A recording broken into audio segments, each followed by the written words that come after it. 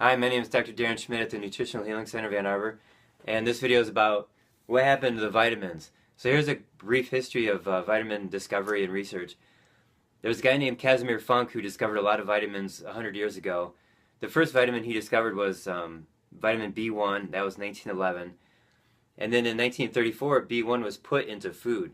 So the problem with the food was that grains were polished, they were refined.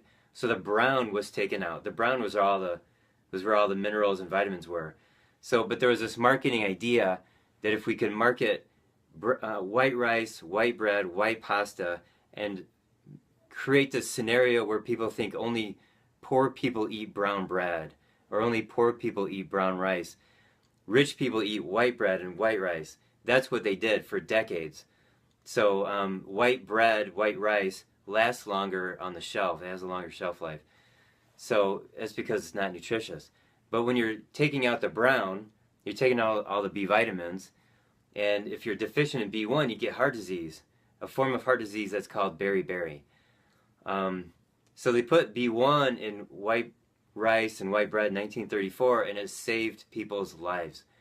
And they thought they were done, but they weren't done, because later they discovered vitamin B2, and they started putting that in the white bread, white rice, white sugar. And then vitamin B3, which is niacin. You can find niacin in Twinkies.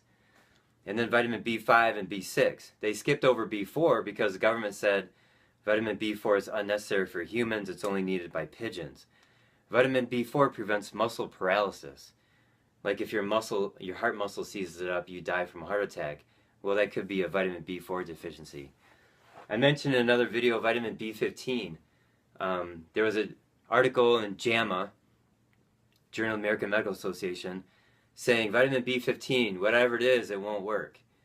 And that's just some thugs in the government or in the American Medical Association trying to squash vitamins. So there's 24 B vitamins, and when you go to the health food store, you can get a B vitamin complex that has B1, 2, 5, 6, and 12 in it. Sometimes there's 3, sometimes there's 10. So there'd be a total of 7 B vitamins, but there's really 24 B vitamins. Vitamin B24 has never been studied. B23, B22, B21, these have not been studied. Okay, there's a lot of research to be done on this.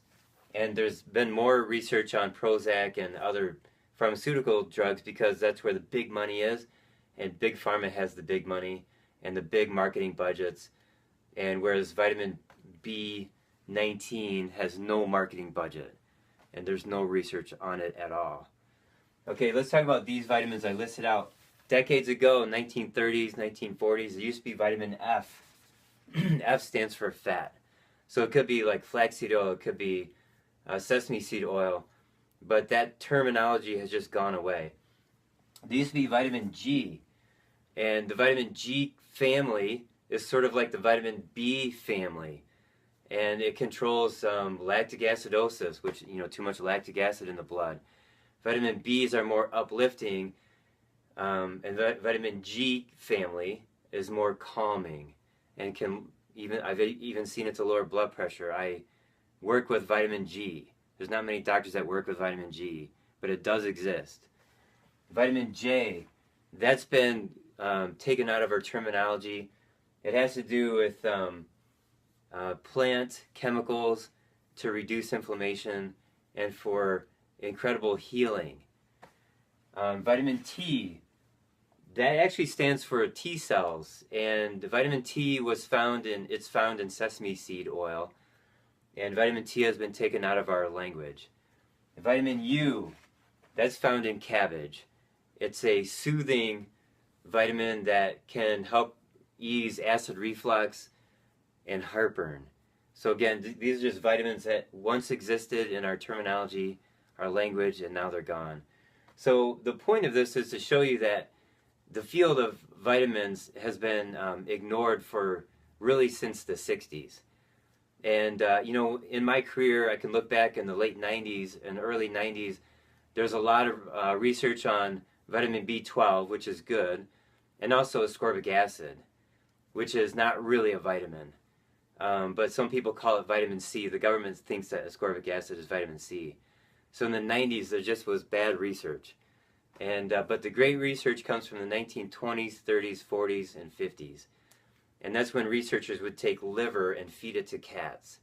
And then they would heat the liver and feed it to cats. And they would take certain vitamins out of the liver and feed it to cats. And they would look and see what happened with the cat or with the animal that they were feeding. Could be guinea pigs, could be dogs. And then they're working with food. They're working with food, like all the vitamin complexes minus one. Whereas now they work with one chemical, like Wellbutrin or the Prozac chemical, to see what happens to people's bodies. The next thing they do is get another chemical and see what happens to people's bodies. How about working with food, large, complexes of nutrients and vitamins in food, plants or glands? Okay, so there's my story on what happened to the vitamins.